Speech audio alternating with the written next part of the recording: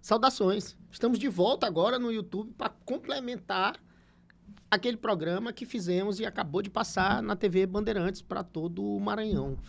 E agora acompanhando aquela turma que já está no YouTube, continue conosco. Vamos ver agora a segunda parte. Adelmano, vou refazer a pergunta, porque pode ser que as pessoas já entraram nesse vídeo aqui, já chegaram nesse vídeo. Nós estamos discutindo a respeito do RE 635-659, tema 506, que é, por fim, porte de pequena quantidade de maconha para uso pessoal. O Adelmano vai fazer uma caracterização do que a gente está falando até agora em 30 segundos e logo em seguida ele vai me responder a pergunta que ficou no programa anterior, no bloco anterior, que sobre a sua experiência empírica, afinal, a categorização de quantidades, gramar, dizer qual é a quantidade, se de fato acontecia pela sua experiência, essa dificuldade entre julgar com relação aos estados sociais da pessoa, cor de pele, etc., e se ele entende que vai alterar ou não. Porque, assim, mesmo gramando na quantidade, como ainda é aberto à interpretação, é possível que aconteça o mesmo problema, se é que esse problema andava acontecendo. Fica à vontade,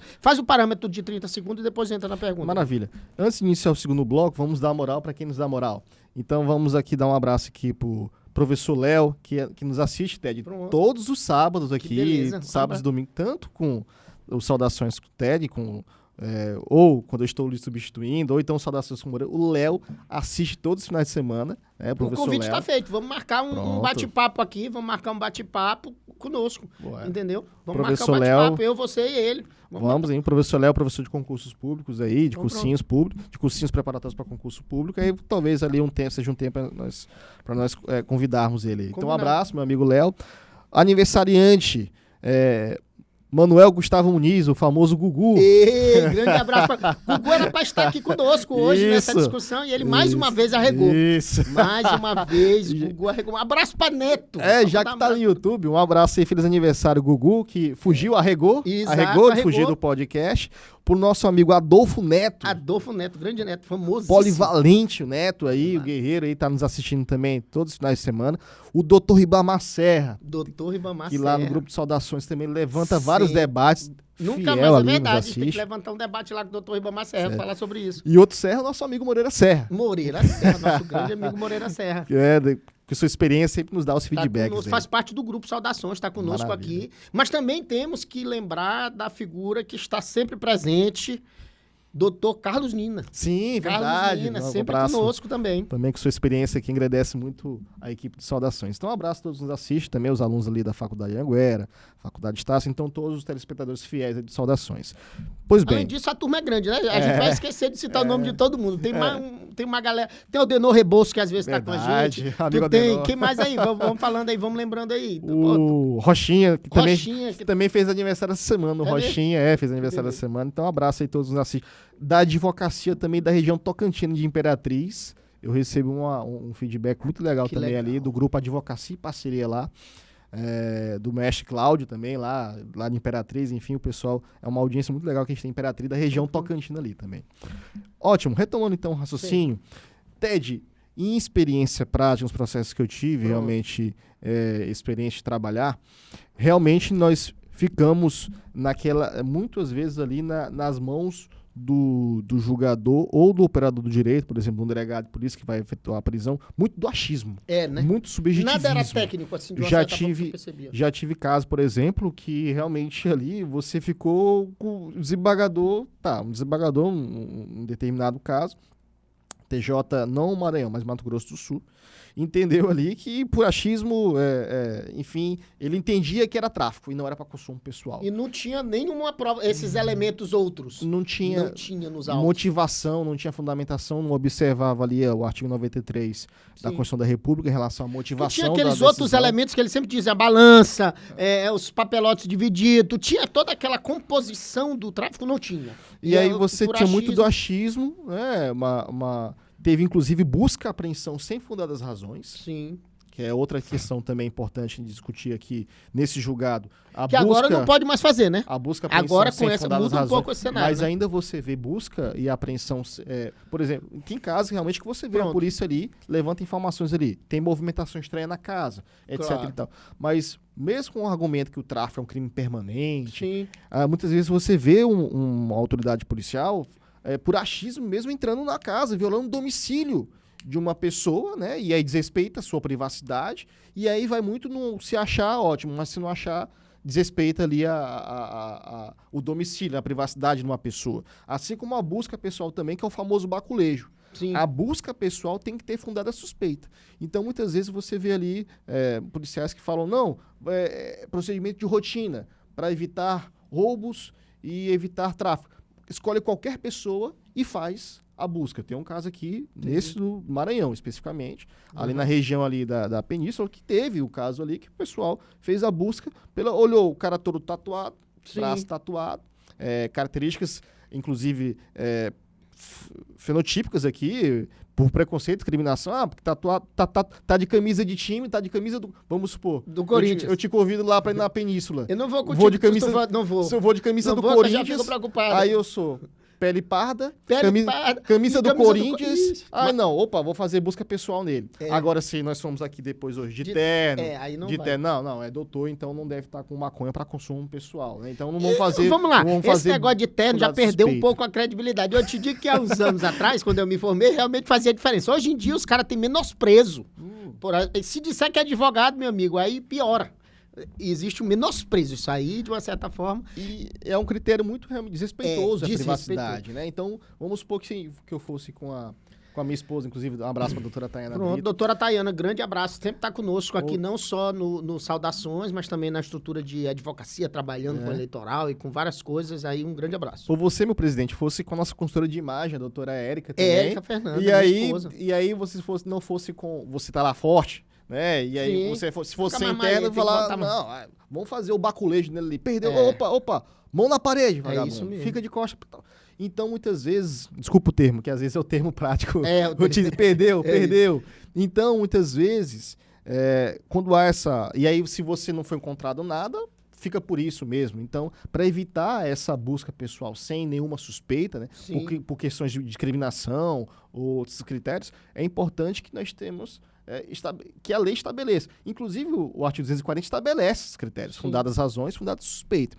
E aqui, no caso da lei de drogas, o STF veio estabelecer 40 gramas e 6 plantas finas para nós ter parâmetros. Para ter um parâmetro. Tu achou interessante? Nesse ponto, eu não tenho como mensurar que 40 gramas é suficiente. Não, nem é sobre isso, nem é sobre a quantidade, porque eles discutiam 25, 60, 100 ou 40, ficou naquela discussão o tempo todo. Mas assim, haver um parâmetro em gramação, em quantidade, tu acha benéfico, tu acha bom? Eu acho que tem que ter na lei, mas não tem que ser uma discussão no STF. Tem que ser uma discussão ali no Congresso Nacional. Aí a gente concorda, porque tá na minha área. Eu nem entrei nesse mérito hoje. Tem que ter ali os representantes do povo, ali na Câmara, e do Estado, ali no Senado. E aí comissões de juristas. E aí discutimos. E aí não só juristas. A quantidade, também médicos, pessoas da saúde, para discutir e trazer essas discussões. Famílias nós também, né? Legislarmos e trouxermos aí parâmetros de forma objetiva realmente numa lei de drogas, alterá-la, enfim,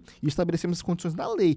Aquela discussão ali que o STF ficou muito no achismo também. É isso, foi. Porque você vê pessoas... O jurista não tem obrigação de saber tudo. Não tem. Então... E não tem como saber, não sabe mesmo. Você fica a gente acabou de falar do criminalista, que é o Zanin, do criminalista, que ele não trouxe argumentos teóricos criminais. Eu até imagino que talvez ele tenha dito assim, vou trazer um monte de argumento teórico criminal, porque ele sabe, porque é criminalista, ele disse, não vão nem prestar atenção no que eu tô falando. Vou trazer outros tipos de argumentos. Mas eu vou trazer um argumento aqui, que é popular, eu acho que foi o ministro André que trouxe, no sentido de dizer que, às vezes, ou foi o Nunes Marques ou foi o André, dizendo assim, que, às vezes, Adelmano, a família que já tem um usuário dentro de casa, quando tinha, e aí naquela conceituação de ser ou não ser crime, já dizia assim, tu não pode ficar fazendo isso, usando isso, meu filho, porque é crime.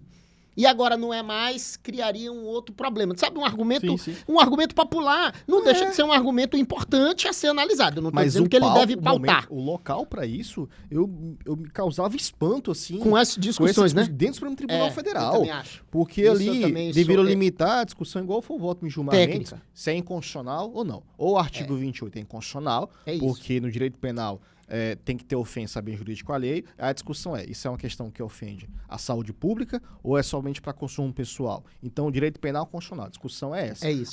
Mas é porque ele é constitucionalista, de uma certa forma tu tem um traço do constitucionalista, eu senti falta só do Zanin, mas deixa eu fazer uma observação. Até o Valdemir Gilmar Mendes foi assim, inclusive na sustentação oral. No começo foi. Na sustentação oral do defensor tudo ele público lá do cedia, Estado tudo ele de São concordava, Paulo, eu achei ele totalmente diferente. A discussão só se limitava a isso. A partir dos votos do ministro Roberto Barroso, que eu tenho admiração, enfim, atual presidente do STF, mas com todo o respeito ao ministro Roberto Barroso. E depois o ministro Edson Fachin, eu acho que ali nós perdemos o rumo. Deixa eu te falar uma coisa. Do STF. Mano, desde eu 2015, sou constitucionalista. Desde 2015 nós perdemos o rumo ali. E eu vou te dizer uma coisa. O Barroso, assim como lá atrás, outro ministro do Supremo, também constitucionalista, ele perdeu o caminho do direito constitucional em algum momento. Eu não sei onde foi que ele perdeu o caminho, mas assim, ele não é mais um constitucionalista técnico, o cara que aborda as questões de forma técnica. Mas eu quero fazer uma reflexão aqui, que a gente lembrando a nossa história mesmo de estudo no direito, e aí tu acompanhou, porque tu pegou essa caminhada aí. Eu me lembro que antigamente, principalmente no começo, lá nos berços do direito penal, a gente ia estudar um pouco antes de ti, mas de qualquer forma, tu viu esse final, tu ainda pegou essa história quando era tudo livro e tal. Eu me lembro do professor Delmano, quando a gente... Delmanto. Quando a gente ia estudar... Quando a gente ia estudar, Adelmano, direito penal, sobre, por exemplo, tu ainda agora... trouxeste um conceito, que era o conceito de crime permanente. Não era o Supremo que dizia o que era o crime permanente. A gente ia lá no doutrinador, no teórico do direito penal, e ia analisar teoricamente se aquele crime poderia ou não ser permanente por fundamentos teóricos, jurídicos. E aí o professor Delmanta, que tinha aquele códigozão que todo mundo usou naquela época, que ia lá e ele ia descrevendo de forma muito simples, não aprofundava tanto, mas ele trazia lá, catalogando a partir dos seus estudos. Hoje em dia, o crime, ou as coisas que envolvem o crime, é o que o Supremo diz que é. É mais ou menos isso, assim, não tem mais. Se distanciou da técnica do direito penal, embora o ministro Alexandre de Moraes, em algum momento, ele quis dizer que alguma decisão ali estava contrariando a teoria do direito penal. Em nenhum momento eu vi ninguém citar teoria do crime na decisão desse julgado, e era fundamental que se o fizesse. Porque nós estávamos discutindo materialmente o crime. Se era ou não, poderia ser crime. Então, assim, ninguém levantou essa questão. Eu acho assim, eu vou dizer mais uma vez, eu acho que o ministro Zanin, por ser criminalista, deveria ter trazido a matéria do direito penal, como eu imagino que os criminalistas anteriores deveriam ter trazido para o Supremo Tribunal Federal discutir. Vamos lá. O ministro Zanin, eu também tenho admiração por ele, mas... eu não vejo ele como um penalista, assim, como é o Oli Lopes Júnior, como é outros penalistas. Ele ganhou a notoriedade por ser advogado, por ter advogado do presidente Lula num processo criminal. E no escritório Teixeira Martins. Sim. Mas eu nunca tinha visto. Dele não é essa teórica criminal, não é, né? Ele tem um único artigo sobre lawfare, que a gente chama, né? Que ficou muito conhecido ali na Operação... na Operação Lava Jato, lawfare. Mas ele não tem muita produção. O último criminalista no Supremo foi o Sepúlveda Pertence. Que aí sim nós teríamos uma discussão, saudoso Sepúlveda Pertence, enfim. Que aí sim nós teríamos uma... eu acho que nós faltamos... nós temos um problema, viu? Temos essa deficiência no STF de ter penalistas, criminalista já que o STF está julgando esses casos assim, porque, por exemplo, aqui, ó, é um caso, claro, de lex testia, porque o STF falou o seguinte, não é ilícito penal, e ainda rotulou como ilícito administrativo. Que loucura. Rotulou, etiquetou. Falou, não é ilícito penal, mas é ilícito administrativo, sem a lei determinar. E os outros? Quer dizer, vamos lá, e quando for lança-perfume, aí no caso será um ilícito penal? Penal. E aí maconha não, administrativo. Não. E aí maconha não é ilícito penal, mas é ilícito administrativo. Você percebe que o STF quer agradar. Não vamos dizer que é penal, mas vamos dizer que é ilícito de alguma coisa. É ilícito administrativo. E aí você não tem lei prevendo como é o procedimento, como é a instrumentalização para apurar ilícito administrativo, quais são as consequências, quais são as sanções para quem é pego praticando esse ilícito administrativo. E fora isso, toda a estrutura que envolve tudo isso, né? Que os ministros até disseram que, de uma certa forma, todos os países que liberaram, né, descriminalizaram o uso da maconha, vamos só falar de maconha, que eles só falaram de maconha, criaram uma estrutura legal. uma estrutura de revenda, uma estrutura de pagamento de tributo, uma estrutura lógica. Aí ninguém está julgando se está certo ou está errado, mas tem uma estrutura. E o Brasil não fez isso, porque fez pela via do Supremo Tribunal Federal. Eu entendo que, eu concordo contigo, o caminho foi errado para chegar. E aí, como é que... a gente nem entrou nesse problema, Delmano. Como é que será essa estruturação de quem vende, quem compra? Como é que fica isso? Assim, os caras ignoraram essa questão, né? Ignoraram essa questão. E me diz uma coisa, o Supremo... Nesse fato, o ministro, eu me lembro que o ministro Gilmar, eu não sei se foi no voto do ministro Gilmar, do relator, e não li se no final ficou na relatoria, um prazo para regulamentação legislativa ou ficou só pelo CNJ? Pois é, só determinou ali que o CNJ vai ainda regulamentar e a estrutura inteira. E estabeleceu quantidade, somente até a quantidade, que essa vai ser a quantidade de 40 gramas, 40 gramas. Até que o Congresso Nacional se posicione. Perfeito. Tá. Mas não deu data pro Congresso, como as ações de omissão. Não deu como os mandados de criminalização isso. Ou que estabeleceu um período para o Congresso legislar. O que nós temos como resposta do Congresso Nacional... dos votos, eu acho que do ministro André tinha essa alusão. Parece que 180 dias, se eu não me engano. E um problema que nós temos no Brasil realmente é a lentidão ali. Nós temos... É impressionante. Eu fico assim como jurista assim, impressionado. Nós temos muitas leis... mas muitos assuntos que o Congresso Nacional tem que se manifestar demora, não tem a atitude de se manifestar e você dá oportunidade para que tenhamos aí ativismo judicial, e aí isso muitas é uma das pessoas justificativas deles, entendi. falam que em razão da omissão pelo legislativo eles têm que decidir a respeito e não é ativismo porque são provocados para se manifestar a respeito. Nós temos a PEC das drogas, que é uma resposta ali do Congresso Nacional, que estabeleceu ali como mandado realmente de criminalização a posse para consumo pessoal de drogas. O trecho é o seguinte, considera-se crime a posse e o porte, independentemente da quantidade de entorpecentes e drogas afins. Esse é o texto de uma da PEC das drogas para... como uma resposta do Congresso Nacional em relação a essa decisão do STF. Só que você já vê a manifestação do ministro Dias Toffoli... Mas lá no Supremo eles já disseram que seria inconstitucional. O ministro Dias Toffoli já se manifestou que isso, embora o Congresso possa alterar a Constituição com uma PEC, mesmo sendo uma emenda constitucional, pode ser questionada e eventualmente considerada inconstitucional pelo STF. Isso porque a Constituição tem as chamadas cláusulas pétreas. Esse foi o fundamento do ministro Dias Toffoli, argumentando que pontos centrais que não podem ser alterados nem por emendas constitucionais. Aí a questão é... decisão do Supremo é cláusula pétrea agora. Isso já é cláusula pétrea? Nunca foi. Nunca foi. Então já foi uma curiosidade que você... É só olhar lá, 60 parágrafo 4º. Porque aí eles vão dizendo que direito fundamental não tem nada a ver.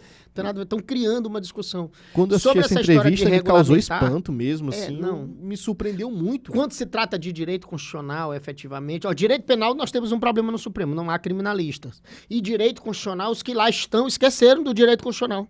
Uhum. Absolutamente, porque assim, o Supremo, e aí eu sou daquela escola clássica em que o Supremo não pode obrigar, Delmano, o Congresso a legislar, porque o Congresso é absoluto. E aí, se a gente analisar friamente, se existe um poder prevalente na estrutura do Montesquieu, que é essa estrutura adotada no planeta, pelo menos na parte ocidental do planeta, o poder prevalente é o poder legislativo. Então, ponto. Não é o poder judiciário, não pode ser o poder judiciário. E o executivo, nós tivemos várias ditaduras e várias estruturas monárquicas na história, então se adotou em um determinado momento que também não poderia ser o poder executivo. Então, assim, seria o poder prevalente o poder legislativo. Então, já é um problema o Supremo anunciar num voto que se o Congresso fizer alguma alteração... Foi entrevista. Ele já vai... Não, isso no voto. Lá na sessão eu vi o ministro falou. O Dias Toffoli ele falou depois da entrevista, né? Mas ele falou na sessão, eu me lembro que ele disse na sessão, no voto dele, em um determinado momento, ele falou sobre isso, e que já é um prelúdio, já dizendo que vai declarar inconstitucional, que é um erro. E segundo, também seria um erro, eu acho um erro, essa coisa de tu exigir e dar prazo para o Congresso julgar. Então, assim, é um outro problema seríssimo. Um problema que os nossos...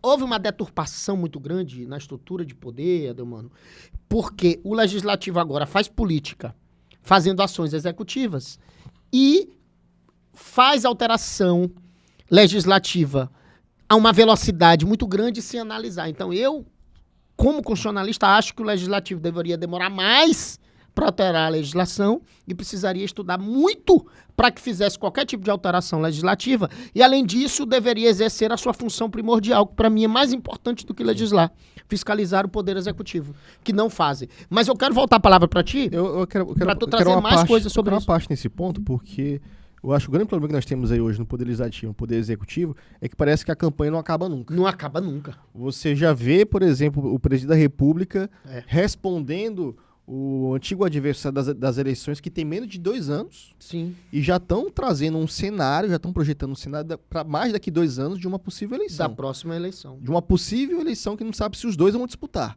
Então, você já vê que o país fica parado. Fica o tempo todo, cara, pensando em eleição. Nós pensamos que aquela discussão ali, polarização direita, esquerda, pensa que acaba. Muito ruim isso. E aí continua no Poder Executivo, e também você vê no Congresso Nacional que continua isso. Pessoas querendo se eleger ou usar pautas para poder agradar determinados eleitores de uma ala ou de outra, e você vê que parece que a campanha nunca acaba. E aí, pautas que são importantes para nós avançarmos numa sociedade, que a sociedade precisa enfrentar esses temas, você vê que o Congresso não enfrenta. Nós temos aqui uma resposta, aqui, inclusive, do senador Eduardo Girão, Sim. do Novo, lá do Ceará, que falou que o julgamento do STF desrespeitou o Congresso e que o Congresso quer avançar na PEC antidrogas, é o termo que estão utilizando. Então, o que nós temos hoje é que não temos harmonia entre Poder Executivo, Poder Legislativo e Judiciário, e a consequência disso é um ordenamento jurídico confuso, caótico.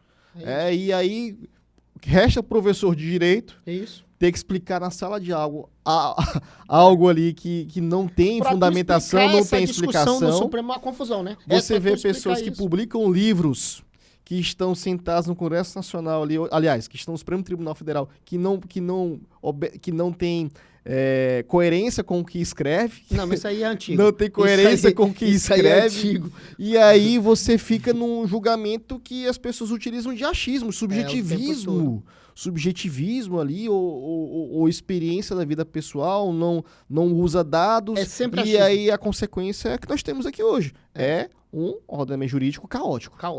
E nesse ponto, na verdade, eu acho que resolveria algum problema especificamente para um ou outro. Eu acho que sim, melhoraria. Mas, no geral, nós temos um caos. Se instalou o caos porque, efetivamente, tu não vai conseguir efetivar a norma. E para quem vai praticar, por exemplo, aqui você fez várias perguntas aqui. No caso do policial, quem vai notificar? É o delegado ou o policial militar que pega a pessoa como se fosse uma pessoa? Nós não temos. Porque em algum caso vão levar o cara, vão coagir o cara aí. Você não tem isso em lei. Você tem uma decisão do STF que falou que o CNJ vai regulamentar. Que já não possui competência para regulamentar. É mais um problema que não possui competência para isso. E aí você vai ver cada vez mais cenas como aquelas. De você vê, às vezes, muitos policiais falar, não tem regulamentação. Ou então fala, não, porque eu vi no noticiário que não é mais crime, então eu vou ter que liberar aqui.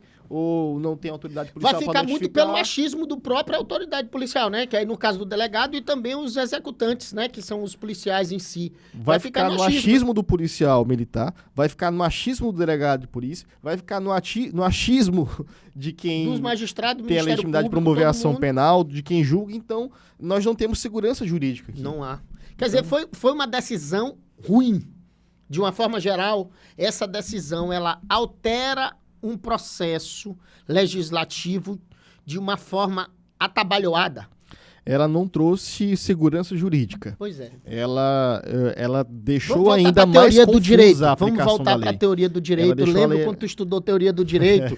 Lá nos primeiros minutos da faculdade, eu me lembro que eu fui professor uma vez de teoria do Estado, teoria do direito, introdução ao estudo do direito, e foi só uma vez, porque aí ficou reprovada a metade da turma, e depois não me colocaram mais no primeiro período para dar aula. Mas, mano, lá na teoria do direito, a finalidade primordial da lei é ser geral e abstrata e fazer a regulamentação de tudo, da segurança. Então, essa expressão segurança jurídica, ela nasce da essência da ideia de legislar, que é o quê?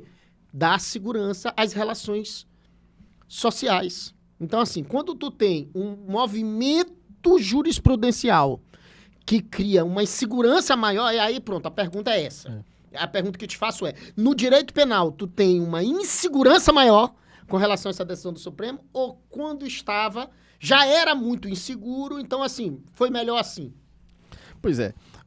Esse ponto aqui me lembra muito bem o tópico 2 aqui da decisão do recurso, que fala o seguinte: as sanções estabelecidas nos incisos 1 e 3, que é a advertência e a medida educativa de comparecimento ao programa ou curso educativo, serão aplicadas pelo juiz em procedimento de natureza não penal, sem nenhuma repercussão criminal para a conduta. Mas espera aí, essa parte aqui são as disposições penais da lei de drogas. Isso. Então, eu não tenho ainda esse procedimento de natureza não penal que o STF estabeleceu, eu não tenho regulamentação para isso, para o juiz observar esse procedimento. Então, até para o juiz também, ele vai seguir qual rito, né? Ele vai aplicar qual norma. E aí você falou aqui de norma geral abstrata. Qual norma ele vai aplicar? Exato. Porque esse texto aqui são das disposições penais da lei de drogas. Porque a lei de drogas, ela tem disposições iniciais de políticas públicas, Claro. até o artigo 26. Aí, a partir do artigo 27, eu tenho disposições que são penais. Havia uma separação. Tem essa separação na lei. Eu sei. Só que o STF fala que vai ter a natureza administrativa, mas eu não tenho essa regulamentação administrativa para o juiz observar. Nem para o juiz, nem para o policial, nem para o delegado de polícia. Ou seja, passou a bola e essas Aí tu aplica para vão ter tudo que se isso virar em e dúvida pro réu, em favor do réu, daquele possivelmente acusado ou usuário. O que eu vou ter na prática aqui ainda é pessoas inseguras com essa decisão. E eu, na verdade, nós precisamos aqui esperar um tempo, mas eu vejo na prática que poucas incidências práticas assim, no sentido que eu vou... O que eu achar? Que eu acho? Achismo também agora. Sim, sim. Expertise. Empírica, né? Claro. Eu acho que o policial vai ver uma pessoa com droga para consumo pessoal, não vai fazer nada. Não vai fazer nada. Porque ele já sabe que não é crime. E não vai conseguir nem notificar o cara, porque ele não o cara tem não vai dizer. estrutura para isso, ele não tem regulamentação para realizar essa notificação. É. O delegado de polícia também, quando receber alguém com porte para consumo pessoal, 40 gramas ali, ele vai analisar se é para tráfico ou para consumo pessoal. Feito nisso, talvez ele lá o boletim de ocorrência, Sim. apreende a droga e a pessoa vai sair pela porta da frente da delegacia de polícia, não vai acontecer nenhum procedimento criminal contra ela, ele não vai ter que comparecer a juizado especial criminal, porque não tem regulamentação específica para isso. E nós vamos ter essa segurança jurídica. Ou então vamos ter pessoas que vão ser ainda levadas para a delegacia de polícia, vai para a audiência de custódia, aí na audiência de custódia o juiz vai ter que analisar isso, ou então vai ter que impetrar habeas corpus para algumas pessoas, então nós vamos continuar com um sistema caótico. É verdade. Mano, no final, vamos fazer uma espécie de apanhado de tudo que aconteceu com relação a esse julgado. Primeiro, era necessário haver essa alteração? Ou alguma alteração? Socialmente falando? Primeiro, o recurso demorou para ser julgado. 9 anos só. A lei de 2006. O intervalo sempre de 9 anos. Lei de 2006. Recurso. Eu tô acostumado, eu tenho processo Supremo 2009. Tá tudo bem. Recurso que foi julgado, que iniciou o julgamento em 2015. Foi retomado no ano passado e finalizou nesse ano, 2024. Então, da forma como nós temos um processo em comum que não é criminal, que ele tem mais de 30, né? Sim. Tem mais de 30 anos. É o primeiro processo de uma determinada comarca, né? E aí você vê aqui que como foi interposto o recurso era uma outra época. Sim. Outro momento histórico. Quando a lei foi aprovada era outro momento. Isso. Quando iniciou-se o julgamento era outro momento. E hoje também é outra circunstância. Então, nós temos essa deficiência, esse ponto crítico, na verdade. Nós temos aqui insegurança jurídica hoje. Nós temos uma decisão confusa. Você vê os próprios ministros entrando em conflitos ali. Confusa e com ausência de técnica. Porque, veja bem, o pano de fundo dessa discussão é discutir direito penal. Sim. A discussão direito penal, de direito penal, a discussão teórica de direito penal nos votos, em algum voto. Você percebe ali uma atecnia ou uma falta de domínio de direito penal, uma afronta a princípios de direito penal ali e também de direito constitucional ali, você acha que vê... isso é pela ausência? Aí eu te pergunto, voltando àquela discussão que a gente travou ainda há pouco. De ministros que... Tu não tem ministros que conhecem a matéria do direito criminal. Sim. Um ponto. No entanto, nós temos lá 3 ministros que se dizem constitucionalistas. E o direito constitucional, amigo, tem passado longe do Supremo. Então, assim, eu não sei qual é o problema. Porque, por um lado, tu não tem nenhum criminalista, aí tu diz assim, pô, não foi técnico porque não tem criminalista no Supremo. Aí, por outro lado, tu tem 3 constitucionalistas que se dizem constitucionalistas e tu não tem técnica constitucional. É outro problema também. Será que se tivesse um penalista, mudaria isso? Ou continuaria com esses argumentos políticos ou achismos, ou quando chegar ali e ia tomar outra posição, não teria coerência com o que escreveu ou falou por muito tempo. Então, assim, nós temos um problema seríssimo a ser enfrentado, porque nós temos 2 exemplos aí nesse caso, Adamo. Tu tem uma ausência de profissionais qualificados para essa área do direito, que é o direito criminal. Por outro lado, tu tem um excesso, porque numa corte com 11 ministros, tu tem 3 que se dizem constitucional, um número muito grande. E, no entanto, tu tem a tecnia constitucional. Então, aí nós temos um problema. O problema será a ausência de conhecimento, até porque a gente sabe que esses homens possuem assessores N. E assim, vamos lá, Ademano. Eu podia sentar na cadeira de ministro do Supremo, eu poderia, sem problema nenhum, qualquer ministro desse, contratar um grande especialista de qualquer área do direito e tá lá discutindo a nível. Sim. Então, assim, não é dizer que há acesso. Ou seja, a dificuldade de acessar esse conhecimento. Não é esse o problema, mano. Porque existem N profissionais qualificados no direito penal, no direito constitucional, no direito civil, no processo civil. O Brasil é um celeiro de grandes profissionais. É um celeiro de grandes profissionais. Então, assim, e quem não queria estar no Supremo Tribunal Federal, pelo menos como... Sim. Eu nem digo como assessor, mas eu digo assessorando. Sabe? Que orgulho não seria o ministro do Supremo, vamos lá, aquele que se diz criminalista, que é o ministro Zanin. Ou o nosso ministro maranhense, Flávio Dino. Sim, de nos convocar, assim, nos fazer um convite. E aí eu não digo sobre julgamento, dizer assim, vamos discutir essa matéria, faz um parecer pra mim, dialoga sobre isso. Até tu é constitucionalista, me fala sobre direito constitucional. Eita, nós temos 4 ministros constitucionalistas, porque o ministro Flávio Dino também se diz constitucionalista. Sim. Então nós estamos falando de 4 ministros constitucionalistas. Porque ele era professor da Universidade Federal, ele é professor da Universidade Federal em direito constitucional, na disciplina de direito constitucional. Então, assim, esses caras seriam um orgulho para qualquer um grande profissional do direito, qualquer um receber um convite de qualquer um dos ministros, dos 11 ministros do Supremo, para fazer um parecer sobre um determinado caso. Para dizer assim, ó, tu tá impedido de julgar esse caso aqui, ou de se manifestar, ou de ser parte, mas eu quero um parecer teu. Tu pode fazer isso, qualquer um abriria a mão e faria isso. Então, assim, não é falta, não é dificuldade em acessar o conhecimento. O que é então, mano? Essa é a pergunta. Em alguns casos, eu vejo até o STF realizando audiências públicas. É verdade. Então, por exemplo, a mais recente, um amigo participou, o professor Carlos Helder, sobre investigação criminal, e aí utilizando questões de informática ali, a tecnologia, enfim. E aí, esse tema, por exemplo, não sei, eu não me recordo de ter sido realizada audiência pública a respeito desse tema. Mudaria alguma coisa se houvesse a audiência pública? Porque o STF nessa época não adotou muito ali, salvo engano, ali a discussão ali, eu acho que do aborto. Antes da pandemia, essa ideia de audiência pública estava bem alta. Sim. Aí você fazia audiência pública o tempo todo. Muitos julgados, o Supremo fez audiência pública. Não sei se realmente contribui, não sei também, você pode me dizer que com expertise maior no STF, se isso tem mudado o julgamento. Ou se aquele, o pessoal fala, mas quando chega no julgamento eu sinto falta de um cara que não era constitucionalista, eu sinto falta de um cara que não era constitucionalista no Supremo. 2 deles. Para rememorar. Eu acho que eu tenho, assim, aquela saudosismo de alguns ministros do Supremo, mesmo que não fossem, naquele momento, os melhores ministros que eu entendia, mas eu sinto muita falta da forma de julgar, por exemplo, do ministro Celso de Mello, que buscava ser muito técnico, mesmo que não fosse constitucionalista, mas ele buscava ser um cara muito técnico. Nós temos o ministro Marco Aurélio, que assim também fazia isso, mas ele não só era técnico, mas ele era muito coerente.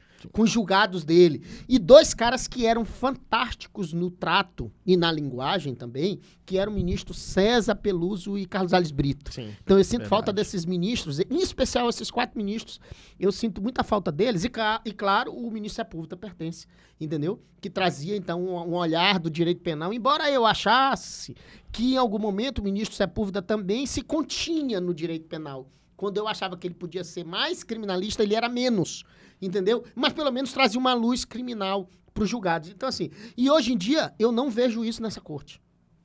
Claro que o ministro Gilmar, ele é um cara um pouco mais técnico no direito constitucional, mas eu acho que ele releva muito as teorias constitucionais em algum momento. O ministro Barroso, ele esqueceu do direito constitucional, absolutamente. Eu não vejo mais alusão ao direito constitucional nos votos dele. Eu espero ver mais, eu espero me surpreender com o ministro Flávio Dino. Eu gostaria que ele fosse mais constitucionalista e fosse mais técnico. Eu te confesso que eu tenho observado algumas intervenções dele e tenho ficado bem satisfeito, porque ele busca ser técnico. Mas eu não sei ainda não vi o substrato dos votos dele. Materialmente falando, não vi. E o ministro Zanin, que aí tu já me traz uma informação que eu achei que ele era da escola do direito criminal, como tu é dessa escola, tu já tá me dizendo que não é que ele tem uma vida profunda no direito criminal, ele era um advogado importante, né? Isso. Um advogado importante.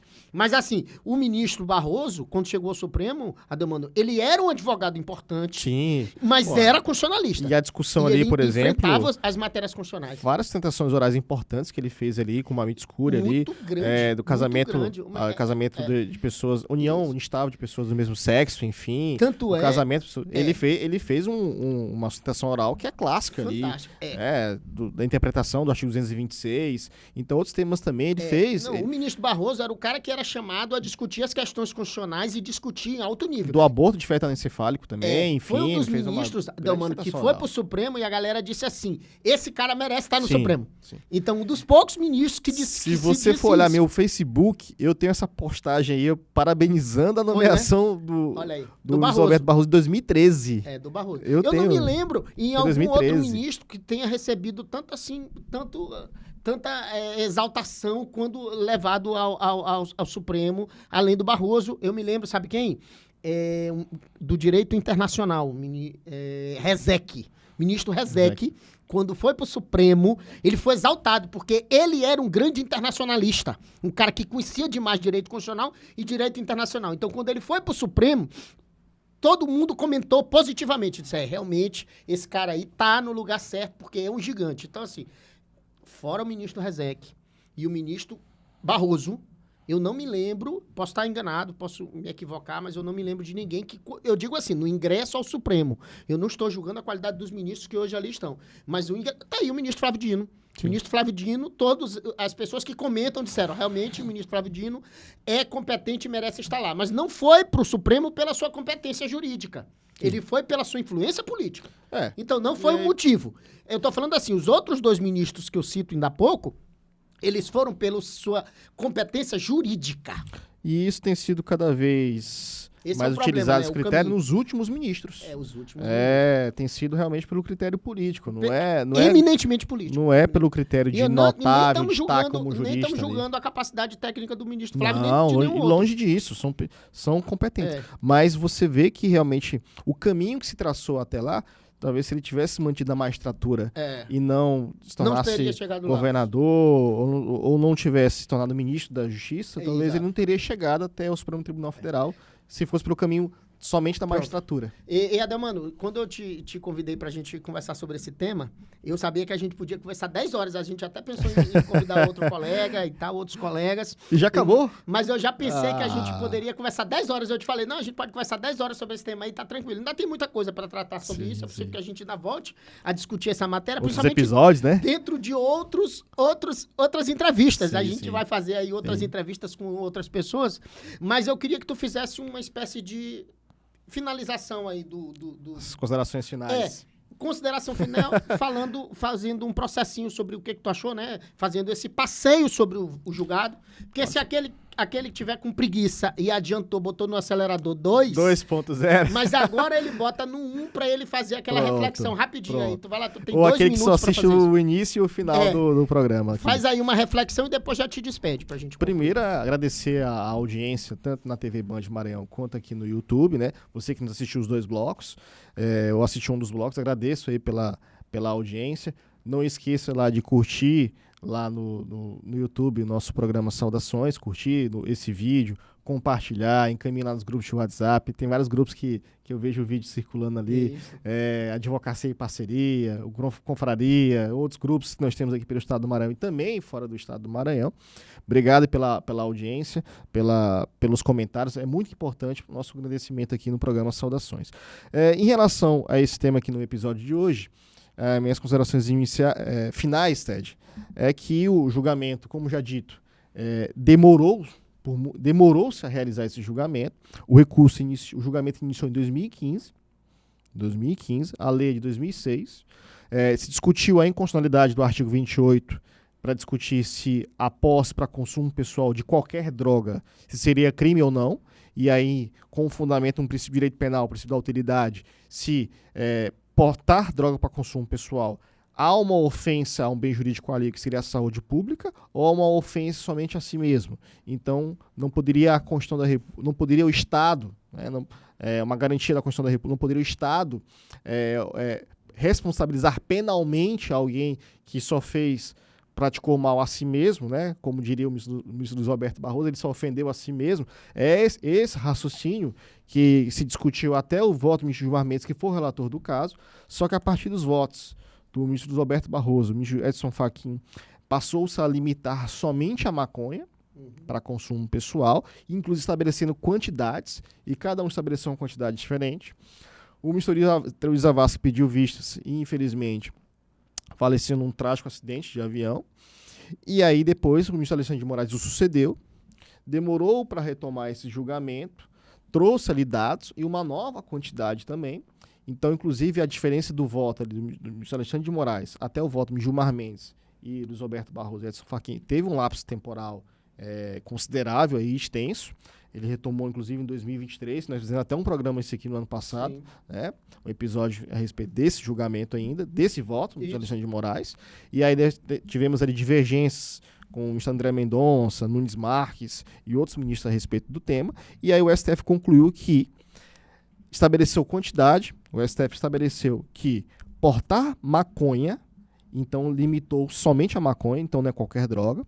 Não comete infração penal quem adquirir, guardar, tiver em depósito, transportar ou trouxer consigo a substância cannabis sativa, sendo que a portaria da Anvisa fala tetrahidrocannabinol, nem fala cannabis sativa, sem prejuízo do reconhecimento da ilicitude extrapenal, no caso o ilícito administrativo. Só que a lei, eu não tenho regulamentação administrativa de como responsabilizar alguém que porta maconha para consumo pessoal. Então, o STF entendeu que passa a ser somente ilícito administrativo, não é ilícito penal, e em relação às outras drogas, continua como ilícito penal. E aí ainda estabelece sanções, mas ainda não regulamenta. Só fala da advertência, que é o que tem na lei de drogas, na lei 11.343, e veda a prestação de serviço à comunidade, mas estabelece também que a pessoa pode ser notificada para comparecer a uma medida educativa a um programa, um curso educativo, receber uma advertência, receber até uma demonstração do juiz, mas eu não tenho regulamentação para isso.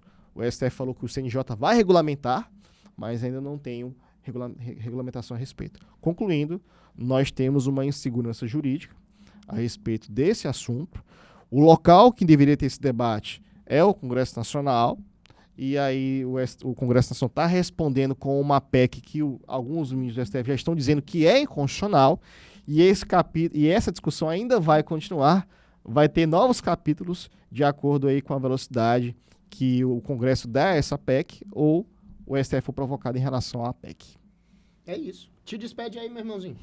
Eu só vou me despedir com o termo saudações. Eu não posso despedir de outra forma, dando saudações a quem nos assistiu, quem curtiu o nosso programa, quem nos deu a graça de entrar na sua casa, de assistir, ou no seu celular, ou no seu iPad, ou no seu computador, de nos assistir pelo YouTube ou na televisão, pela TV Band Maranhão.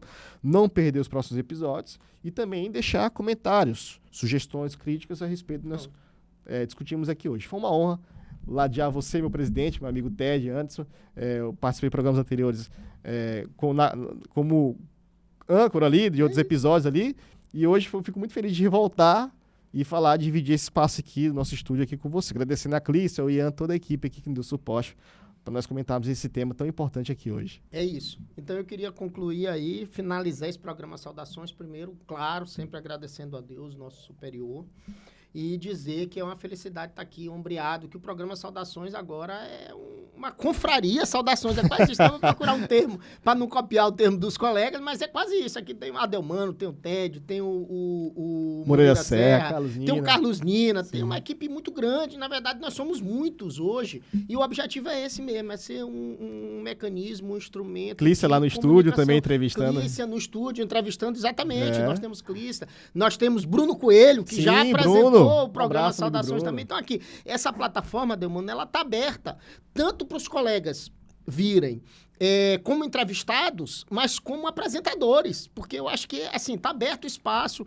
Nós temos o programa Saudações no sábado, na TV Bandeirantes, nosso horário das 9 às 9h30, e no domingo, às 7 das 7 às 7h30. Então, no sábado, normalmente, a gestão é feita por mim e no domingo a gestão do programa é feita pelo Moreira Serra. Mas tá todo mundo aqui, entendeu? Tem o Aldenor Rebouças, tem o Adelmano. No dia que eu não quero ou não posso, o Adelmano vem e apresenta. E assim a gente vai chamando os colegas. Já fiz o convite até pra Tayana de apresentar, ainda não veio apresentar. A gente espera que ela venha também apresentar. Então, estamos felizes. Agradecer a todos os colegas, ao Ian. Um abraço carinhoso aí pro dono desse estúdio maravilhoso aqui, que é o estúdio do nosso querido amigo Geisael Marques. Um abraço, Geisael. Grande Geisael. Eles têm um podcast muito bom, o Que Podcast, Sim. Bem interessante. E vocês que quiserem saber um pouco mais sobre mim, sobre o programa Saudações, entre lá, @programa Saudações, tanto no Instagram quanto no YouTube, que você pode assistir todos os programas, e aquele que quiser mais informação, manda o direct pra gente, tedanderson.adv, ou então entra no site tedanderson.com.br, que vai conseguir falar conosco, sugerir coisas. Colegas, então tá aberto aqui também o programa Saudações, Adelmano, para colegas do direito, Sim. Colegas do direito em especial. Juízes, desembargadores, defensores públicos. Nunca veio um defensor público aqui no Saudações. Vamos Defensores trazer. públicos, deixa eu ver, procuradores do Estado, Sim, procuradores do município, advogados, claro, sempre os advogados aqui, estudantes de direito, por que não? Vamos fazer um desafio aí, vamos selecionar um estudante do direito que seja estudioso, assim, sem ser, não só curioso, mas estudioso também, curioso e estudioso, para vir conversar conosco, Saudações. Vamos fazer convidei pro tema de hoje. Nossa estagiária, a Esther, foi aprovada agora no exame de ordem. Aí, parabéns, Esther. Então, vamos fazer esse convite. Vamos fazer um dia, nós vamos conversar aqui, vou conversar com o Adelmano, para nós dois virmos conversar, dialogar com um estudante de direito. Trazer os alunos da faculdade. Professores, também, estudantes de direito e tal. A gente pode até abrir para trazer por exemplo, fazer um sorteio aí, de repente, para vir 1 ou 2 alunos para acompanhar aqui a gravação do programa. Não dá para ser muita gente, porque o estúdio é pequeno, porque fica ruim, mas 1 ou 2 pessoas dá certinho para a gente fazer. Nosso trabalho aqui no Saudações. É isso. Então, agradecer a todos e pedir proteção e auxílio para o grande arquiteto do universo e dizer que no próximo final de semana estamos juntos. Saudações. Saudações.